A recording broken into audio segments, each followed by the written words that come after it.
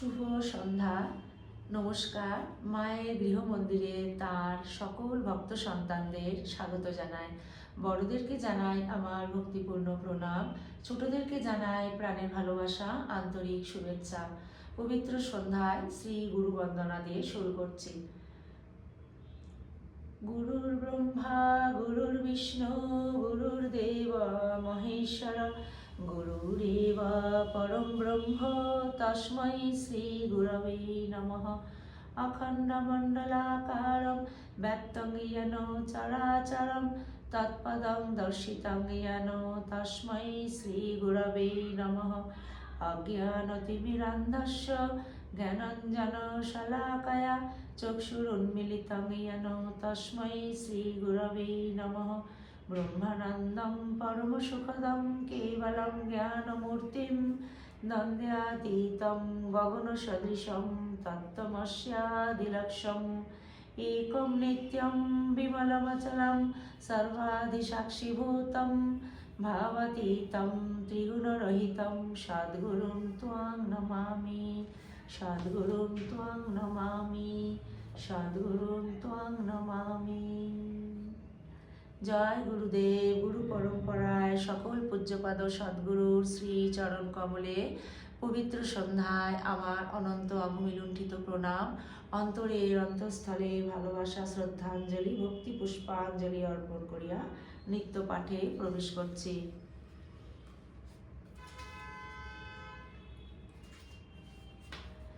শ্রীম কথিত শ্রী শ্রী রামকৃষ্ণ কথামৃত দ্বিতীয় খণ্ড পবিত্র গ্রন্থবাণী থেকে আজকে আমি 1883 খ্রিস্টাব্দের অক্টোবর মাসের প্রথম পরিচ্ছেদ শ্রী রামকৃষ্ণ অধরের বাড়ি দুর্গাপূজা মহোৎসবে এই অংশ থেকে পাঠ শুরু করছি। সকল ভক্তবৃন্দের কাছে করজোড়ে বলি, আপনারা প্লিজ শেষ পর্যন্ত মায়ের গৃহমন্দিরের সঙ্গে থাকবেন। তব কথামৃতম তপ্ত জীবনম কবিবিরীরিতম কলমশাপহম শ্রবণমঙ্গলম শ্রীমদাততম ভুবি গৃহন্তি যে ভূরিদা জনাঃ। 1883 অক্টোবর প্রথম পরিচ্ছেদ। শ্রীযুক্ত অধরের বাড়িতে নবমী পূজার দিনে ঠাকুর দালানে শ্রীরামকৃষ্ণ দণ্ডায়মান। সন্ধ্যার পর শ্রী শ্রী দুর্গার আরতি দর্শন করিতেছেন। অধরের বাড়ি দুর্গাপূজা মহোৎসব, তাই তিনি ঠাকুরকে নিমন্ত্রণ করিয়া আনিয়াছেন। আজ বুধবার 10ই অক্টোবর 1883 খ্রিস্টাব্দ 24শে আশ্বিন শ্রীরামকৃষ্ণ ভক্ত সঙ্গে আসিয়াছেন। তন্মধ্যে বলরামের পিতা ও অধরের বন্ধু অবসরপ্রাপ্ত স্কুল ইন্সপেক্টর সারদাবাবু আসিয়াছেন। অধর প্রতিবেশী ও আত্মীয়দের পূজা উপলক্ষে নিমন্ত্রণ করিয়াছেন, তাহারা অনেকেই আসিয়াছেন। শ্রীরামকৃষ্ণ সন্ধ্যার আরতি দর্শন করিয়া ভাবাবিষ্ট হইয়া ঠাকুর দালানে দাঁড়াইয়া আছেন। ভাবাবিষ্ট হইয়া মাকে গান শোনাইতেছেন। অধর গৃহী ভক্ত, আবার অনেক গৃহী ভক্ত উপস্থিত, ত্রিতাপে তাপিত। তাই বুঝি শ্রীরামকৃষ্ণ সকলের মঙ্গলের জন্য জগন্মাতাকে স্তব করিতেছেন। শ্রীরামকৃষ্ণ অধরের বাড়ির দ্বিতল বৈঠকখানায় গিয়া বসিয়াছে। শ্রীরামকৃষ্ণ অধরের বাড়ির দ্বিতল বৈঠকখানায় গিয়া বসিয়াছেন। ঘরে অনেক নিমন্ত্রিত ব্যক্তি আসিয়াছেন। বলরামের পিতা ও সারদাবাবু প্রভৃতি কাছে বসিয়া আছেন।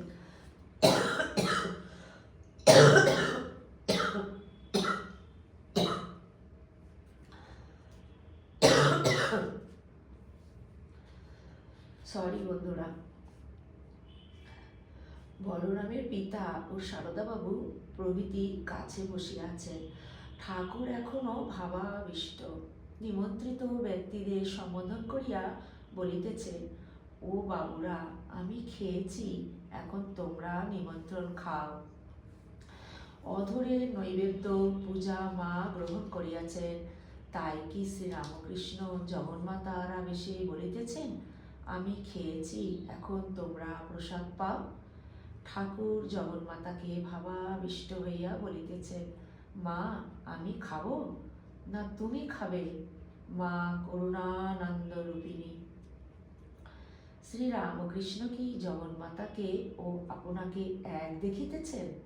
যিনি মা তিনি কি সন্তান রূপে লোকশিক্ষার জন্য অবতীর্ণ হইয়াছেন? তাই কি ঠাকুর আমি খেয়েছি বলছেন?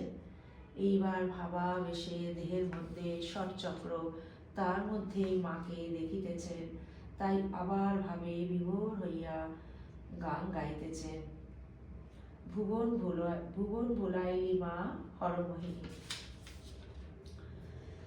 যার নামে অভয়া শরণাগত হলে সকল ভয় যায়, তাই বুঝি ভক্তদের অভয় দিতেছেন ও গান গাইতেছেন। অভয় পদে প্রাণ সুপেছি, আমি আর কি জমের ভয় রেখেছি। শ্রীযুক্ত সারদাবাবু পুত্র শোকে অভিভূত, তাই তার বন্ধু অধর তাহাকে ঠাকুরের কাছে লইয়া আসিয়াছেন। তিনি গৌরাঙ্গ ভক্ত, তাহাকে দেখিয়া শ্রীরামকৃষ্ণের শ্রী গৌরাঙ্গের উদ্দীপন হইয়াছে। ঠাকুর গাইতেছেন, আমার অঙ্গ কেন গৌর হলো। যে রামমন্ত্র জপ না করে, রায় ধনী কি আপনার বরণ ধরায় তারে। মথুরায় আমি কি নবদ্বীপে আমি কিছু ঠাউরাতে নারী রে। এখনো তো মহাদেব অদ্বৈত হয় নাই। ঠাকুর এই গান গাইতেছেন, একাই কেন আমি গৌর, তবে রায় বুঝি মথুরায় এলো, তাইতে কি অঙ্গ আমার গৌর হলো। এইবার শ্রী গৌরাঙ্গের ভাবে আবিষ্ট হইয়া গান গাইতেছেন, বলিতেছেন, সারদাবাবু এই গান বড় ভালোবাসেন। ভাব হবে বই কি রে, ভাবে হাসে কাঁদে নাচে গায়।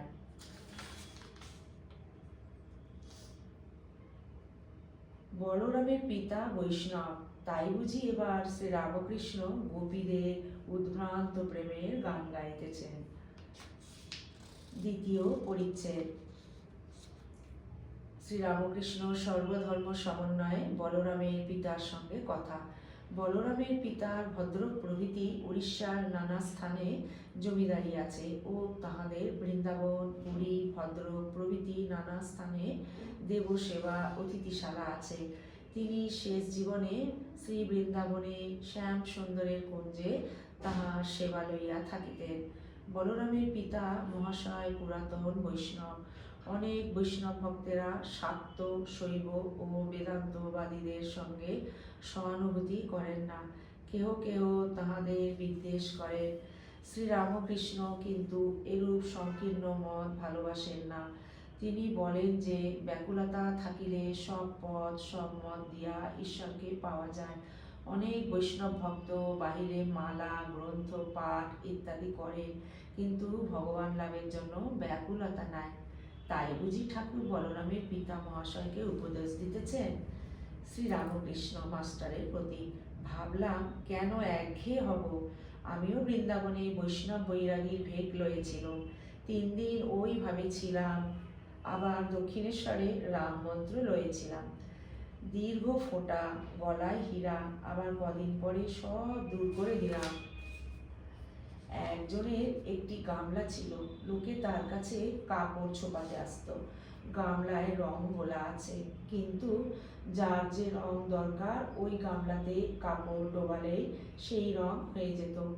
একজন তাই দেখে অবাক হয়ে রংওয়ালাকে বলছে, এখন তুমি যে রঙে রঙেছ সেই রংটি আমায় দাও। ঠাকুর কি বলিতেছেন, সকল ধর্মের লোকই তার কাছে আসিবে ও চৈতন্য লাভ করিবে। শ্রীরামকৃষ্ণ আবার বলিতেছেন, একটি গাছের উপর একটি বহুরূপী ছিল। একজন লোক দেখে গেল সবুজ, দ্বিতীয় ব্যক্তি দেখল কালো, তৃতীয় ব্যক্তি হলদে। এইরূপ অনেক লোক ভিন্ন ভিন্ন রং দেখে গেল। তারা পরস্পরকে বলছে, না জানোয়ারটি সবুজ, কেউ বলছে লাল, কেউ বলছে হলদে, আর ঝগড়া করছে। তখন গাছতলায় একটি লোক বসেছিল, তার কাছে সকলে গেল। সে বললে, আমি এই গাছতলায় রাত দিন থাকি, আমি জানি এইটি বহুরূপী, ক্ষণে ক্ষণে রং বদলায়, আবার কখনো কখনো কোনো রং থাকে না। শ্রীরামকৃষ্ণ কি বলিতেছেন যে ঈশ্বর সগুণ নানা রূপ ধরেন, আবার নির্গুণ কোনো রং নাই, বাক্য মনের অতীত, আর তিনি ভক্তিযোগ জ্ঞানযোগ সব পদ দিয়াই ঈশ্বরের মাধুর্য রস পান করেন। শ্রীরামকৃষ্ণ বলরামের পিতার প্রতি। বই আর পড়ো না, তবে ভক্তিশাস্ত্র পড়ো, যেমন শ্রী চৈতন্য চরিতামৃত। কথাটা এই, তাকে ভালোবাসা, তার মাধুর্য আস্বাদন করা। তিনি রস ভক্ত রসিক, সেই রস পান করেন। তিনি পদ্ম ভক্ত অলি, ভক্ত পদ্মের মধু পান করে। ভক্ত যেমন ভগবান না হলে থাকতে পারে না, ভগবানও ভক্ত না হলে থাকতে পারেন না। তখন ভক্ত হন রস, ভগবান হন রসিক। ভক্ত হন পদ্ম, ভগবান হন অলি। তিনি নিজের মাধুর্য আস্বাদন করবার জন্য দুটি হয়েছে, তাই রাধা কৃষ্ণ লীলা। তীর্থ গলায় মালা আচার এসব প্রথম প্রথম করতে হয়। বস্তু লাভ হলে, ভগবান দর্শন হলে বাহিরের আড়ম্বর ক্রমে কমে যায়। তখন তার নামটি নিয়ে থাকা আর স্মরণ মনন। 16 টাকার পয়সা এক কাঁড়ি, কিন্তু 16টি টাকা যখন করলে তখন আর অত কাঁড়ি দেখায় না। তাদের বদলে যখন একটি মোহর করলে তখন কত কম হয়ে গেল। আবার সেটি বদলে যদি একটু হীরা করো, তাহলে লোকে টেরই পায় না। গলায় মালা আচার প্রভৃতি না থাকলে বৈষ্ণবেরা নিন্দা করেন। তাই কি ঠাকুর বলিতেছেন যে ঈশ্বর দর্শনের পর মালা ভেগ এসবের আর তত থাকে না। বস্তুলাভ হলে বাহিরের কর্ম কমে যায়। শ্রীরামকৃষ্ণ বলরামের পিতার প্রতীক। কর্তাভাজারা বলে প্রবর্তক সাধক সিদ্ধ, সিদ্ধে সিদ্ধ। প্রবর্তক ফোঁটা কাটে, গলায় মালা রাখে আর আচারী। সাধক, তাদের অত বাহিরের আড়ম্বর থাকে না, যেমন বাউল। সিদ্ধ, যার ঠিক বিশ্বাস যে ঈশ্বর আছেন। সিদ্ধের সিদ্ধ, যেমন চৈতন্যদেব ঈশ্বরকে দর্শন করেছেন, আর সর্বদা কথাবার্তা আলাপ সিদ্ধের সিদ্ধকেই ওরা সাঁই বলে। সাঁইয়ের পর আর নাই।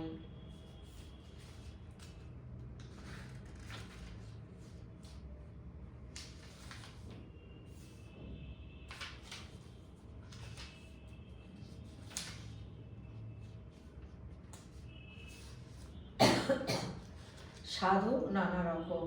সাত্ত্বিক সাধনা গোপনে, সাধক সাধন ভজন গোপনে করে, দেখলে প্রকৃত লোকের মতো বোধ হয়। মশারির ভিতর ধ্যান করে। রাজসিক সাধক বাহিরের আড়ম্বর রাখে, গলায় মালা ভেগ গেরুয়া বড়দের কাপড়, সোনার দানা দেওয়া জপের মালা, যেমন সাইনবোর্ড মেরে বসা। বৈষ্ণব ভক্তদের বেদান্ত মতে অথবা শাক্ত মতের উপর তত শ্রদ্ধা নাই। বলরামের পিতা মহাশয়কে ঐরূপ সংকীর্ণ ভাব পরিত্যাগ করতে ঠাকুর উপদেশ দিতেছেন।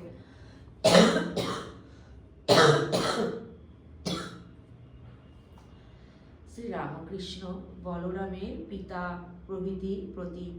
যে ধর্মই হোক, যে মতই হোক, সকলেই সেই এক ঈশ্বরকে ডাকছে। তাই কোনো ধর্ম কোনো মতকে অশ্রদ্ধা বা ঘৃণা করতে নাই। বেদে তাকেই বলছে সচ্চিদানন্দ ব্রহ্ম। ভাগবত ভাগবত ভাগবত ইত্যাদি পুরাণে ভগবতাদি পুরাণে তাকেই বলছে সচ্চিদানন্দ কৃষ্ণ। তন্ত্রেই বলেছে সচ্চিদানন্দ শিব, সেই এক সচ্চিদানন্দ। বৈষ্ণবদের নানা থাক থাক আছে। বেদে তাকে ব্রহ্ম বলে, একদল বৈষ্ণবেরা তাকে বলে আলেক নিরঞ্জন। আলেক অর্থাৎ যাকে লক্ষ্য করা যায় না, ইন্দ্রিয়ের দ্বারা দেখা যায় না। তারা বলে রাধা আর কৃষ্ণ আলোকের দুটি ফুট। বেদান্ত মতে অবতার নাই। বেদান্তবাদীরা বলে রাম কৃষ্ণ, এরা সচ্চিদানন্দ সাগরের দুটি ঢেউ। এক বই তো দুই নাই। যে যা বলে যদি আন্তরিক ঈশ্বরকে ডাকে তার কাছে নিশ্চয়ই পৌঁছিবে, ব্যাকুলতা থাকলেই হলো। শ্রীরামকৃষ্ণ ভাবে বিভোর হইয়া ভক্তদের এই সকল কথা বলিতেছিলেন। এইবার একটু প্রকৃতিস্থিত হইয়াছে ও বলিতেছেন, তুমি বলরামের বাপ? সকলে একটু চুপ করিয়া আছেন। বলরামের বৃদ্ধ পিতা নিঃশব্দে হরিনামের মালা জপ করিতেছেন। শ্রীরামকৃষ্ণ মাস্টারের প্রতি, আচ্ছা, এরা এত জপ করে, এত তীর্থ করেছে, তবু এরকম কেন? যেন 18 মাসে 1 বৎসর। হরিশকে বলল, কাশি যাওয়া কি দরকার যদি ব্যাকুলতা না থাকে? ব্যাকুলতা থাকলে এইখানেই কাশি। এত তীর্থ এত জপ করে হয় না কেন? ব্যাকুলতা নাই। ব্যাকুল হয়ে তাকে ডাকলে তিনি দেখা দেন। যাত্রার ঘোড়ার অনেক খচমচ করে, তখন শ্রীকৃষ্ণকে দেখা যায় না। তারপর নারদ ঋষি যখন ব্যাকুল হয়ে বৃন্দাবনে এসে বীণা বাজাতে বাজাতে ডাকে আর বলে, প্রাণ হে গোবিন্দ মম জীবন, তখন কৃষ্ণ আর থাকতে পারেন না। রাখালদের সঙ্গে সামনে আসেন আর বলেন, ধবলি রও। ওম নিরঞ্জনম নিত্যম অনন্তরূপম ভক্ত্যানুকম্পাধিত বিগ্রহং বৈ ঈশাবতারং পরমেশমিষ্টং ত্বং রামকৃষ্ণং শিরসা নমামঃ। ওম শান্তি শান্তি শান্তি। হরি ওম তৎসৎ। শ্রীরামকৃষ্ণার্পণমস্তু। জয় শ্রী গুরু মহারাজ জি কি জয়। জয় মহামায় কি জয়। জয় স্বামীজি মহারাজ জি কি জয়। জয় শ্রী শ্রী কথামৃতকার শ্রী মাস্টার মহাশয় শ্রীম কি জয়। জয় গঙ্গা মায় কি জয়।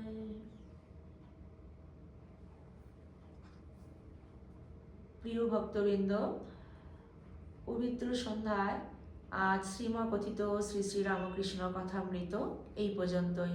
আসুন প্রভুর শ্রীপাদপদ্মে আমরা সমবেত প্রার্থনা জানাই। আপনাদের সকলের সর্বাঙ্গীন মঙ্গল কামনা করে প্রভুর চরণে এই সমবেত প্রার্থনা সমর্পণ করছি। প্রভু যেন তার সকল সন্তানদের নিজ নিজ সাধন জীবন সদা সর্বদা সর্বত্র যেন রক্ষা করেন।